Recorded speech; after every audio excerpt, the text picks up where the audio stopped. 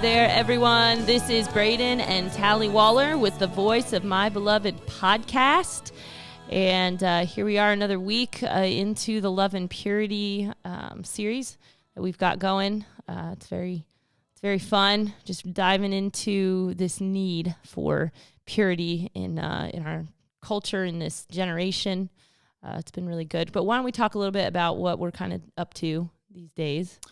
Yes, just launched our website just over the past couple weeks. Yeah. And so loveandpurity.com, you can go on and see. We have our podcast up there, the previous podcast we made.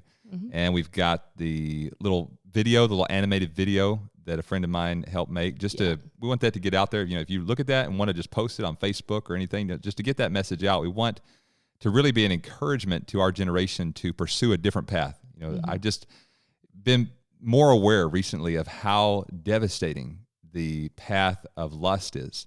And even Peter talks about it. He says the corruption. He says having escaped the corruption that is in the world through lust in 2 Peter 1:4. Mm-hmm. So like there's an actual corruption in the world that's through lust. Lust mm-hmm. is causing corruption in people's lives. It's just like the fabric of society is falling apart because of lust. Mm-hmm. And wow, we want to be a voice calling people to something higher, something beautiful. Mm-hmm. And we want to get the word out that there's a better way. There's a way that men and women can love each other in a righteous way. Yeah. And it doesn't have to be a corrupt thing. Right. And it's the blessing. There's a blessing, great blessing that comes to a culture that embraces this. Right. That embraces purity of heart.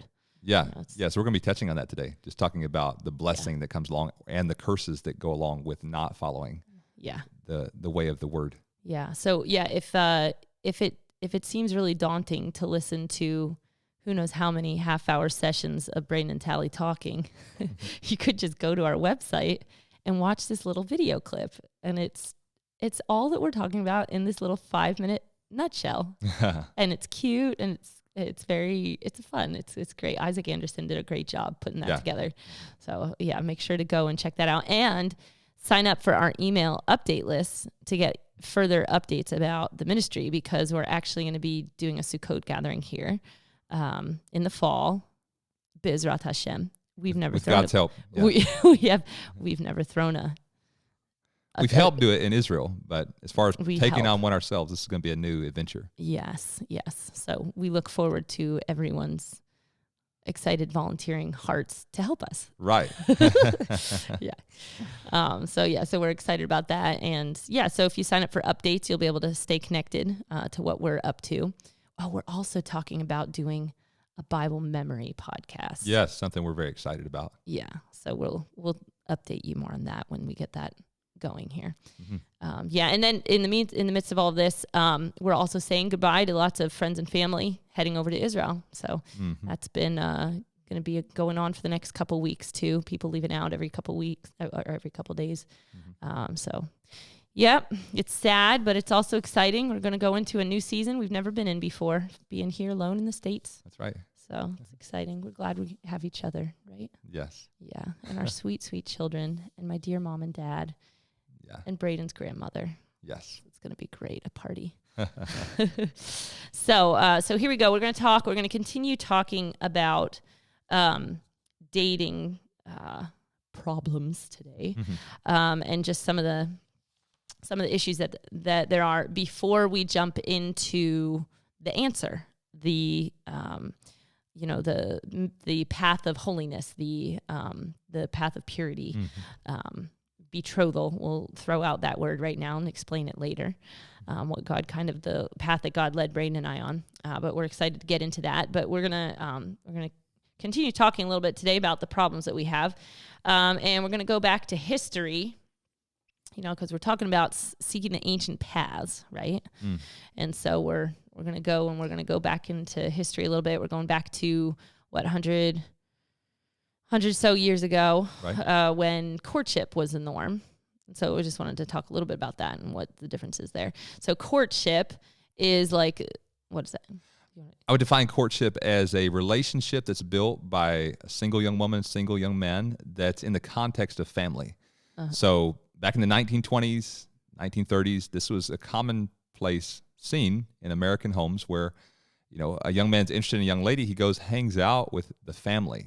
And so this is in stark contrast to the dating scene where young people are going off on their own to movies, dates, to restaurants and things like that. So this was a safe context just to get to know each other and to be within the parameters of a family. The father's present, the mother's present, and there's just I think a strong safety net there from getting into youthful lust within that family context. Yeah, which I think there were probably several different versions of courtship back then, just like there's several different versions of dating today. And then there also is a movement within the homeschool movement and stuff of doing courtship today. Yeah.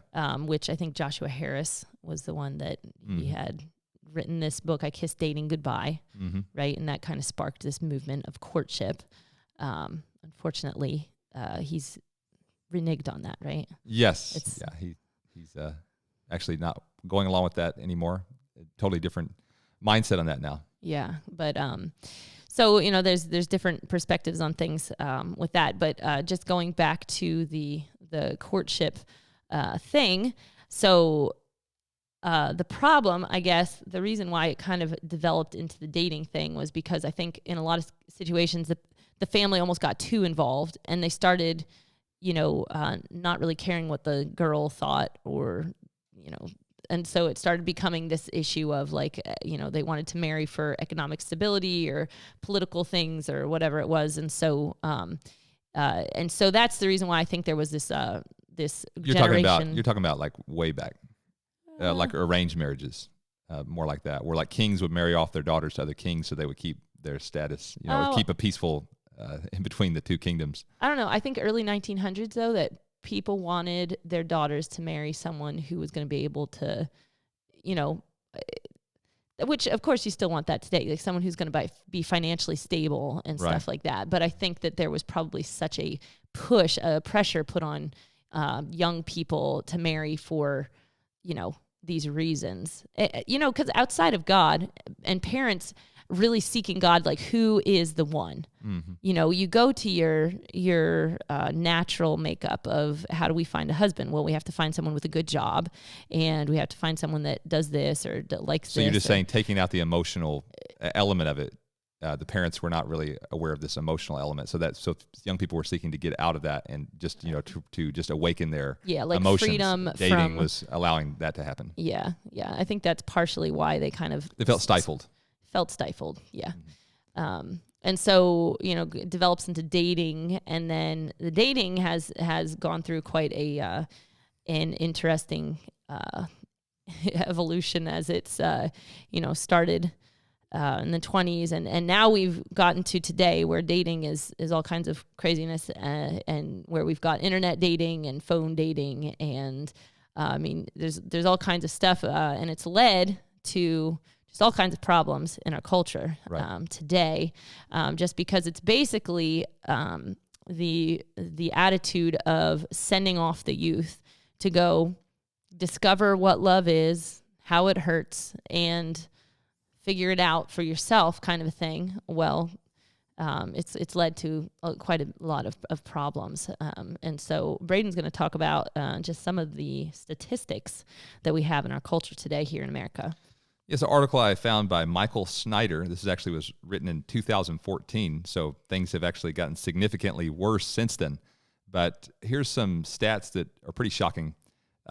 Approximately 1/3 of the entire population of the United States, it's about 110 million people, currently has a sexually transmitted disease, according to the Centers for Disease Control and Prevention. So 1/3 of our population.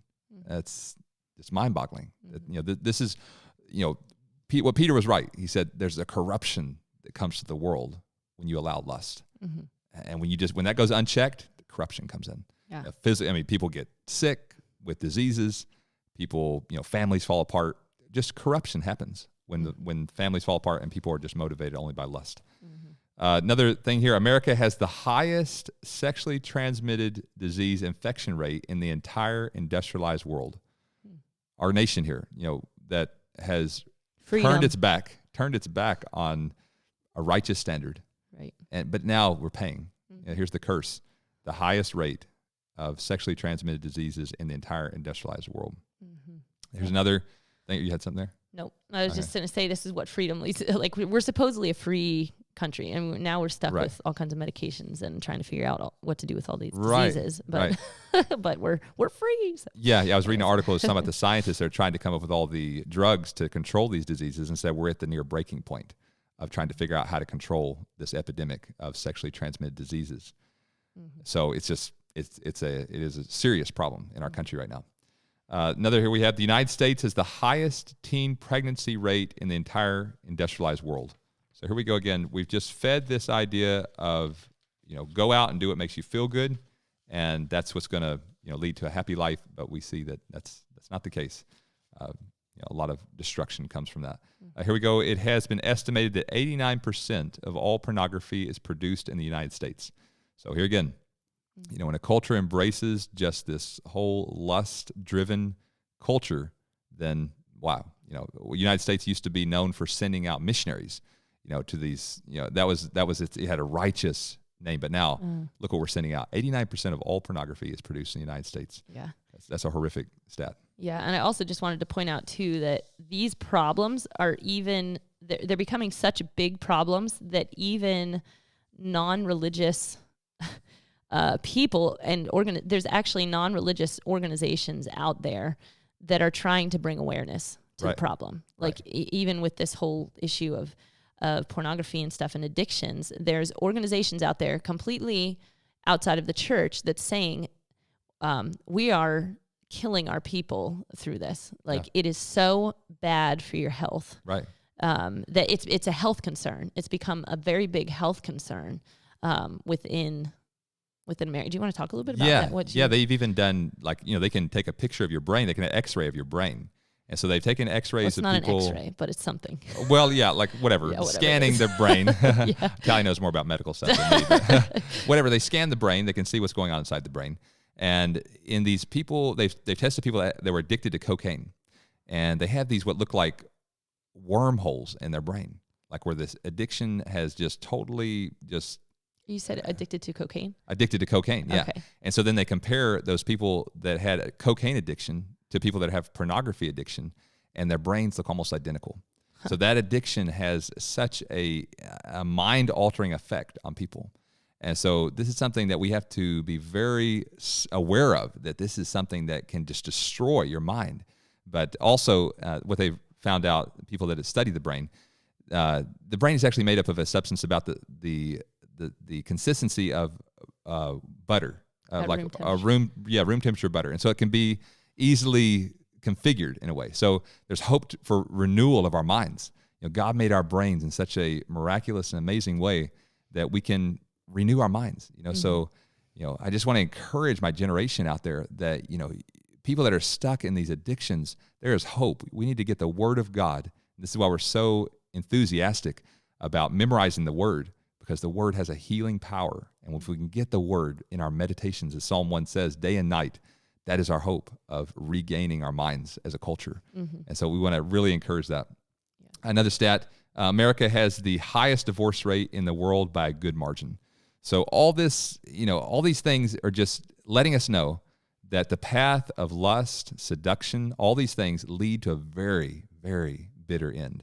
And we need to have a serious course correction if our country is going to come out of this. Yeah, and I just wanted to point out too that I think the reason why the divorce rate is so high in America is that we still cling to marriage as a value, whereas we talk about Europe and Sweden, Norway, Iceland kind of places, and they're not getting married anymore. They're not getting married anymore, so that's why their divorce rate has gone down dramatically.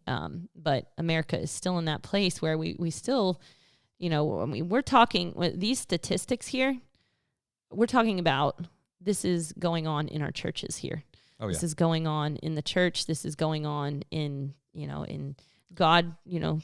God-fearing communities, unfortunately. And what gets me the most, it's almost like Hezekiah, where Isaiah, I believe it was Isaiah, prophet brings him this word about the destruction that's going to come to his children. And he says, well, at least it won't happen in my days. Mm-hmm. And I see that kind of apathetic approach in some people's approach to these serious issues. And wow, there is a hurricane of destruction coming to our culture if we don't face these issues head on.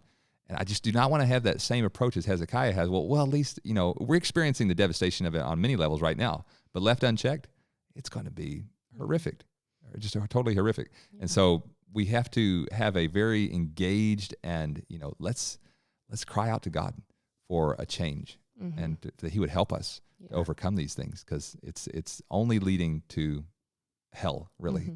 Mm-hmm. Right. If we stay on this path, it's leading to hell. Yeah, and I feel like we need to really press in and pray for the fear of God, right? To be that we would be, that us as a culture, that we would fear God more than we fear man, right? Because I think that a lot of the older generation sees it happening, and the fear of man is so strong that you don't want to offend people, you don't want to step on toes, you don't want to correct your child because they probably might not understand or something like that. So there's this, we have to pray that the fear of God rises up in us in this generation, that we're able to be a voice along with love, right? Right. Along with love, the fear of God and love, that we would be able to be a voice in our generation to cry out and say, do you see where this is leading? Right. This is a path of destruction, and we need to get off this path. Right. Just a voice to cry out, and not be scared of the repercussions of that. There's going to be, just like we talked about with John the Baptist. There's repercussions that come mm-hmm. at times. So we have to really be willing to stand and be a voice. Yeah, I love this picture. I heard someone explain the way that the fear of God and love works, and they're talking about driving a car, and how love is kind of like the gas pedal. It keeps you motivated. The love of God, when you experience the love of God, his great love for you, you're so motivated to live for him, to love others, and, just keeps you on the highway, keeps you going on the highway. But when you get tempted by sin, and, you're tempted to veer off of that lane, you need to have that brake pedal right there, which is the fear of God, to just hit that brake pedal and go, no, I'm not going that direction. Mm-hmm. So I love that, just that picture of how the fear of God and the love of God work together to keep us on the straight and the narrow path. Mm-hmm. And so we can't do without either of them. Mm-hmm. We have to have the love of God in our hearts burning, but we also have to have the fear of the Lord, which, as Proverbs says, is to depart from evil. Mm-hmm. If we have the fear of the Lord, then we're going to depart from evil, because we know that our God is seeking righteousness. He's seeking purity. He wants us to walk in these things for our own good, really. Mm-hmm. It's like sometimes you can hear these messages and it can be like, oh, God just wants to keep me from all the fun I could have.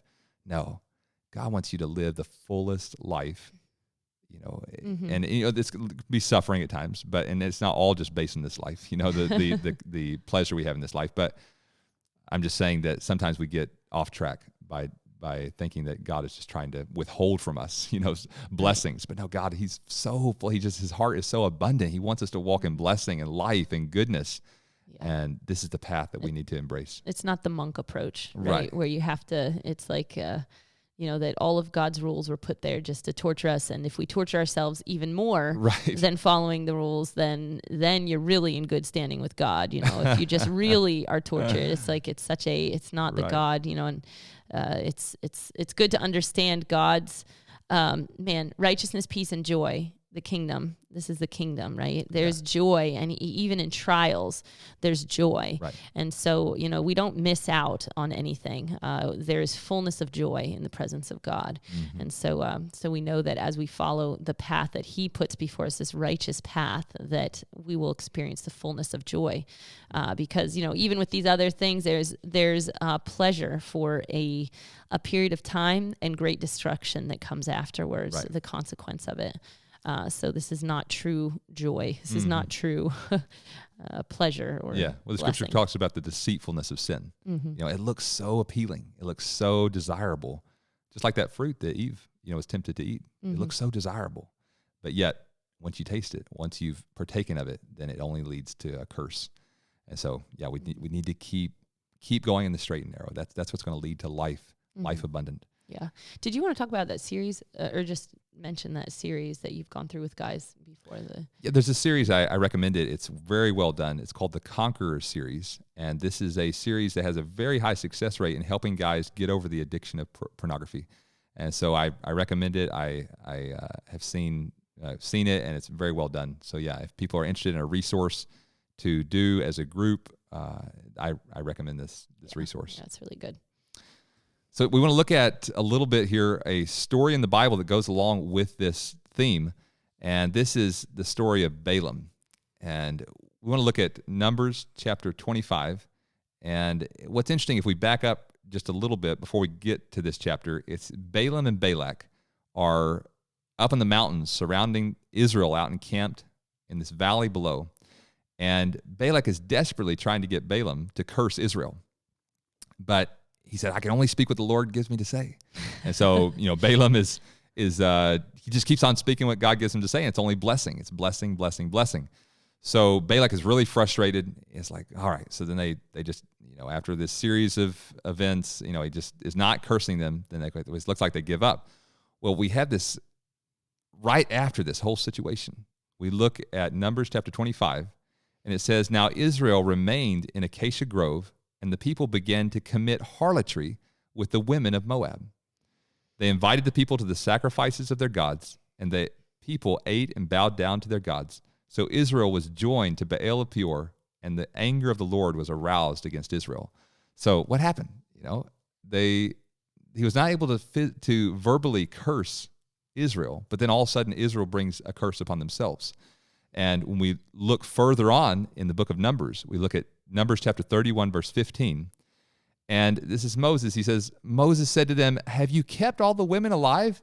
Look, these women caused the children of Israel through the counsel of Balaam. Balaam, evidently, after Balak, tried to get him to curse Israel, he then leaves that whole scenario, and Balaam says to Balak, you know what? I'm not going to be able to prophesy curses over Israel, but I tell you what, if you want to see Israel destroyed, this is what you do. You get these women to go out there and seduce the men, and they'll fall apart from the inside. Mm-hmm. So, wow, the schemes of the enemy are so crafty. Mm-hmm. So Moses recognized this. He recognized that Balaam counseled Balak to put these women out there for the men of Israel to be seduced by, to get them to fall. And so it says to trespass against the Lord in the incident of Peor, and there was a plague among the congregation of the Lord. So we see this reoccurring theme throughout history even. Satan has a very difficult time cursing God's people from without, from outside, to speak a curse on them, to do, there's a shield that God places around his people, a spiritual shield. But if Satan can get believers to commit immorality, sexual sins, then he can cause a curse to come upon them from the inside. Mm-hmm. And that's what we're facing in our culture today, is there's a curse coming upon the people that they are bringing on themselves. And this is what we see Balaam trying to bring on the people of Israel. And we have to be aware of that and not be ignorant of the devil's schemes. Mm-hmm. Yeah. Yeah, it's so important to understand the battle plan of the enemy, and to have our guard up and understand what we are what's surrounding us, what the enemy's scheme is, just so we can be strong and stand in that place. So it's really good. Do you want to? There's one more parable, just so that it's not all darkness and depressing. Right. We're gonna.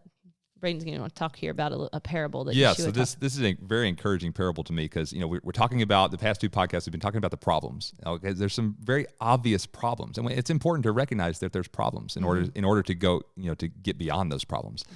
But Yeshua tells a parable in Matthew, and he talks about the wheat and the tares. And I'll just summarize. There's this farmer that has a field. Enemy comes in and sows tares in his field, which is weeds. Sows weeds in this field that he has wheat in. So the servants come to the farmer and say, what are we going to do? Or should we go out there and try to pull up all these weeds that are out in the wheat field? And the farmer says, no, just let them all grow until the harvest, and then we'll harvest them, and we'll separate them out when the harvest comes. So, and Yeshua says, this is what it's going to be like in the end of the age, when the final, when the kingdom comes, then there's going to be this reaping of the earth, and there's going to be a full maturity that comes to righteousness and a full maturity that comes to wickedness. And I like to ask people sometimes, I say, have you seen the maturity that's coming to wickedness in our world? Yeah. And, it's like, it's very obvious. Yeah. Wickedness is coming to maturity. But what's encouraging to me about this parable is that at the same time, righteousness is coming to maturity. Mm-hmm. And so I don't know about you, but I want to be part of that generation that's setting themselves apart to mature in righteousness, mm-hmm. and to become that. I just love to think of that full head of wheat that's just, it's just ready to be harvested.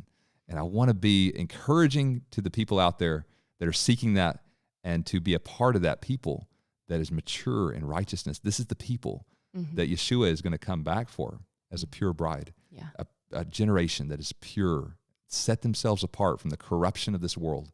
And that's what we want to be a part of. So when we see, all the devastation, the horrific things that are happening in our world, be encouraged at the same time that righteousness is also maturing. There is a hope even in the midst of the darkness, and we have to cling to that hope.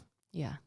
Yeah, and just it's it doesn't sound like within this parable that there's any place for in between, right? There's no on the fencers, like there's no like, well, I don't want to get involved in the real bad stuff, but those Christians that are super zealous for purity and righteousness, they're a little overboard too. It's like it seems like it's going to get to a point that there's going to have to be a choice. There'll be no fence riders. There's no fence riders, right? And neither Brayden or I are saying that we know who is on what side and fence riders or whatever. Right. We in no way, live life that way. We want to encourage the wheat as much as possible. But we want to, we want to encourage, like Brayden said, we see wickedness on the rise. We see that. And so we're forced to make a decision.